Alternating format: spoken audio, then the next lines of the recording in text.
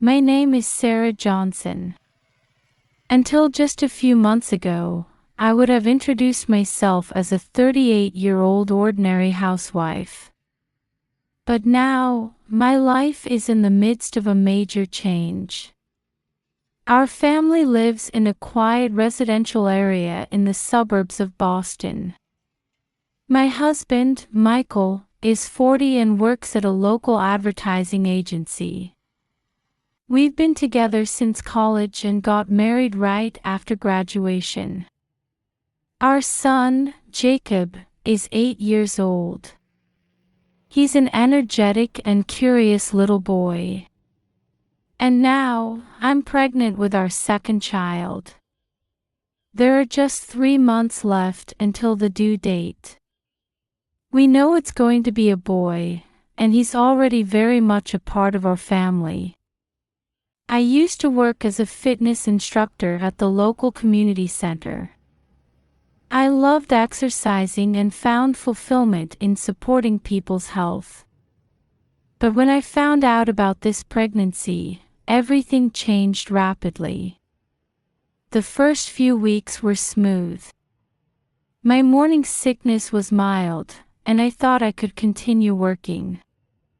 But after the 12th week of pregnancy, I started experiencing intense fatigue. I'd get out of breath just climbing stairs, and sometimes even standing up was a struggle. My doctor, Dr. Sanders, advised me to take it easy on the exercise.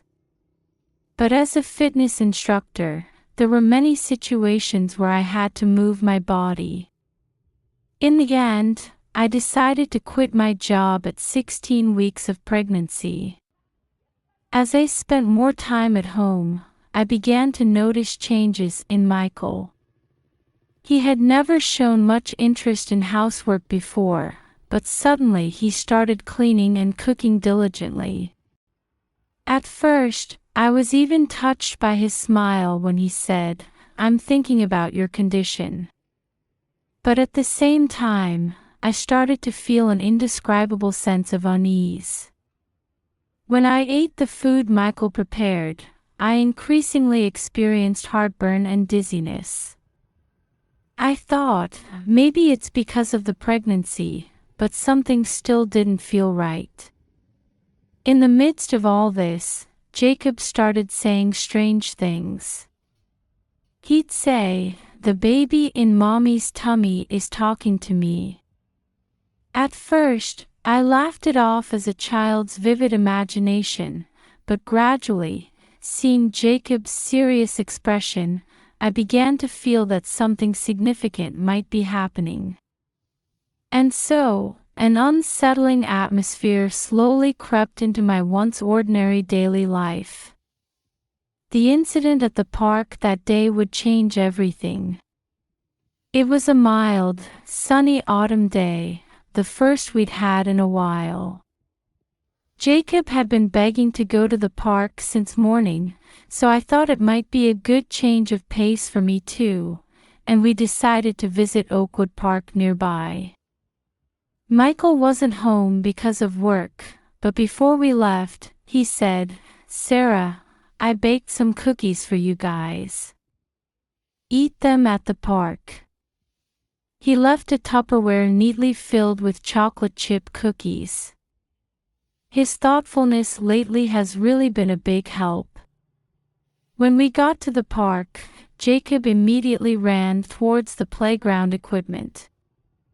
I sat on a nearby bench, rubbing my big belly, watching over my son. The soft autumn sunlight felt pleasant, and I was able to relax for the first time in a while. After a while, Jacob came running back. "Mom, I'm thirsty," he said, so I handed him the water bottle we'd brought. Then, I took out the cookies Michael had prepared. "Jacob, Dad baked these cookies for us. Want some?" "Yes." My son happily took a cookie and started munching on it. I took one too and took a bite. A sweet and fragrant aroma spread through my mouth, and it was very delicious. "Mom, these are yummy," Jacob said with a smile. I nodded and took another bite of the cookie. That's when it happened. Suddenly, I was hit by intense dizziness. My vision started spinning, and I felt like all the strength was draining from my body. "Jacob." I managed to call my son's name, but no voice came out, only a choking sound. "Mom." "What's wrong?" I could hear Jacob's voice from far away. But I couldn't respond. My body wouldn't move the way I wanted it to. The next moment, I slid off the bench and collapsed. Lying on the ground, in my fading consciousness, I could hear Jacob crying out and the hurried footsteps of people around us. "Someone help." My mom collapsed. Jacob's desperate cry. "Are you all right, ma'am?" A strange man's voice. "Call an ambulance." Another woman's voice. And then, the sound of sirens. I could see red and blue lights flashing behind my eyelids. The sensation of being lifted onto a stretcher. The swaying in the ambulance. Everything was fragmented, like a dream. The last thing I heard was the paramedic's voice. "She's pregnant. Check the fetus's condition too." And then my consciousness sank completely into darkness. When I opened my eyes, I saw a white ceiling. The smell of disinfectant and the regular beeping of machines. It didn't take long to understand that I was in a hospital. "Mom."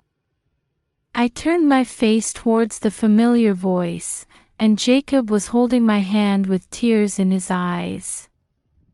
"Thank goodness, you're awake." "Jacob." I tried to stroke my son's head, but I noticed an 4-needle in my arm. "It's okay. Mom is." Then, remembering what happened at the park, I suddenly realized. The baby. I tried to put my hand on my belly in a panic, and Jacob said in a small voice, "It's okay, Mom. The baby is fine. But you know." He looked around and then continued in a whisper close to my ear. "The baby says it doesn't want to be erased by Dad." I caught my breath at those words. There was something in Jacob's serious expression that made me feel this wasn't just a child's imagination. At that moment, the door to the room opened, and Michael rushed in. "Sarah. Are you okay?" He hurried to my bedside and grabbed my hand. But at that moment, I instinctively pulled my hand back. "Ah, thank goodness." "You're alive," Michael said with relief, but I felt uneasy about his choice of words. "Alive." As if he thought I might not be. "Michael, what do you mean?" I asked fearfully. He showed a confused expression for a moment but quickly returned to a smile. "No, I was just worried. I heard you suddenly collapsed." I could understand that explanation, but something still didn't sit right with me. Jacob's words, Michael's attitude, and recent events, everything started spinning in my head. A nurse came in and started checking my condition. "The baby is safe. But you'll need to rest for a while." Those words brought some relief, but at the same time, new anxiety sprouted. Why did I collapse? Was it related to the cookies Michael made? And above all, was the baby really safe? These questions weighed heavily on my heart. A few days after being discharged, I was resting at home. On doctor's orders, I had to take it easy with housework for a while. That's when my old friend Amy stepped in to help. Amy came by almost every day to help with housework. Her cooking had a warm, gentle taste, and for the first time in a long while, I could enjoy meals without worry. "Sarah, your complexion is looking better," Amy said. Indeed, since being discharged, my health had improved remarkably. "Yes, it's strange how much better I feel," I replied. But at the same time, this fact was raising new questions. Why had I been so ill before hospitalization, but now I was feeling so much better? Michael continued to treat me kindly, but something about him seemed off. He started spending more time at home and became overly concerned about my food and drinks. "Sarah, why don't you try this herbal tea? I heard it's good for pregnant women." When he offered me the tea, I smelled it and had a bad feeling, so I declined, saying, "No, thank you." One day, Jacob snuck into my room. "Mom, the baby talked to me again," he said with a serious face. "Jacob, can you really hear the baby's voice?" I asked, half in doubt. He nodded and said, "Yes, I can hear it clearly. The baby says it's scared of Dad. It says Dad is trying to hurt it." Those words sent a chill down my spine. It was too specific and eerie to dismiss as just a child's imaginative statement. "Jacob, did you hear anything else?" I asked with a trembling voice. "The baby says Dad is mixing something bad into the food. That's why you've been feeling sick." At that moment, something seemed to click in my mind. Michael's sudden change, my ill health, and now this surprising recovery, everything started to make sense. "Mom, are you okay? You look pale," Jacob said worriedly. "I'm fine, Jacob," I answered, hugging my son. "Mom is okay. But I need to do something important now." At that moment, I made up my mind. I had to take action to reveal the truth and protect myself and the baby. After hearing Jacob's words, I decided to take action. First, I dug out the baby monitor we had used when Jacob was a baby. I thought I could use this to monitor Michael's actions by hiding it in the kitchen. I also told Amy about the situation and asked for her help. At first, she seemed incredulous, but seeing my serious expression, she promised to cooperate. "Sarah, your safety comes first. Call me immediately if anything happens," Amy said, squeezing my hand. From that day on, I secretly started observing Michael's actions through the baby monitor. For the first few days, nothing unusual happened, but on the fourth night, I witnessed a shocking scene. The monitor showed Michael mixing something in the kitchen late at night. He took out what looked like white powder from a small bottle and mixed it into my breakfast smoothie. When I saw this scene, a chill ran through my entire body. The next morning, after Michael left for work, I immediately contacted Amy. Together, We found the bottle Michael had been using and decided to have its contents tested. The results came back 2 days later. The bottle contained drugs harmful to pregnant women. At that moment, the last of my doubts disappeared. With evidence in hand, I decided to confront Michael. I asked Amy to be present, and we left Jacob with my sister Rachel. That night, when Michael came home, I calmly told him, "I know everything you've been doing." Michael showed a moment of agitation but quickly composed himself. "What are you talking about? Sarah, are you feeling unwell?" "Enough, Michael. I'm talking about the drugs you've been mixing into my smoothies." I showed him the baby monitor footage and the drug test results. Michael's face changed color. "Sarah, it's not what you think. This is a misunderstanding." "A misunderstanding?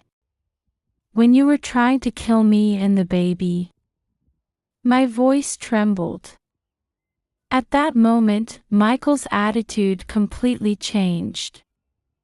"That's right, I was trying to kill you," he shouted. "If you and that brat were gone, I could be free." Just as Michael was about to grab me, Amy jumped out and restrained him. Then, the police we had contacted in advance arrived and arrested Michael. The truth revealed during the investigation was even more cruel than I had imagined. Michael had a mistress, and he had planned to kill me and the baby to collect the insurance money. Even his sudden helpfulness with housework was all to drug me. "Why? How did you find out?" Michael muttered as he was being restrained. I answered with a trembling voice, "You couldn't hear the baby's voice. But Jacob could." As I watched Michael being taken away, I finally let the tears I had been holding back flow. Fear, relief, and sadness all washed over me at once. Amy hugged me. "It's all right now, Sarah. You were strong. You can be happy from now on." I nodded slightly at her words. It had indeed been a difficult experience, but deep down, I felt that I could now start a new life. A few months after Michael's arrest, I safely gave birth to a baby boy. The baby was healthy, and I felt indescribable relief and joy that this small life had been protected. The divorce proceedings went smoothly, and at the same time, Michael's trial began. On the day I stood in court, I had mixed feelings of fear and determination. However, by standing on the witness stand and telling the truth, I was able to reaffirm the strength within me. As a result of the trial, Michael received a 20-year prison sentence for attempted murder and harm to a fetus. His mistress was also charged with conspiracy and received an appropriate punishment. When the verdict was handed down, I felt something clear up inside me. It was really over now. When my new life began, I was anxious at first, but Amy, my sister Rachel, and above all, my son Jacob supported me. Jacob was genuinely happy about his brother's birth and became a surprisingly reliable big brother. "Mom, I'll protect the baby," he said with a serious face, which brought tears to my eyes. "Thank you, Jacob. We were saved because you heard the baby's voice." "Yes, but I can't hear the baby's voice anymore. I think it's because he's happy now." At those words, I hugged my son tightly. "Indeed, we are happy now. As time passed, the painful memories faded. I resumed my work as a fitness instructor, enjoying fulfilling days balancing work and child rearing. Through that experience, I became stronger. And I learned what true happiness is. The bonds of family, the support of friends, and the power to believe in oneself. These have become the foundation of my new life. Now, I'm walking towards the future with hope. There may be difficulties at times, but I believe there's nothing we can't overcome. Because I have my precious family, and the strength I gained from this experience. On nights when Jacob and the baby are fast asleep, I often stand by the window and look up at the starry sky. And in my heart, I whisper, "Thank you. We are happy. And we will continue to be, forever." With each new morning, the bonds of our family grow stronger. And I am certain, no matter what difficulties may lie ahead, we will surely overcome them. Because we have love and hearts that believe in each other.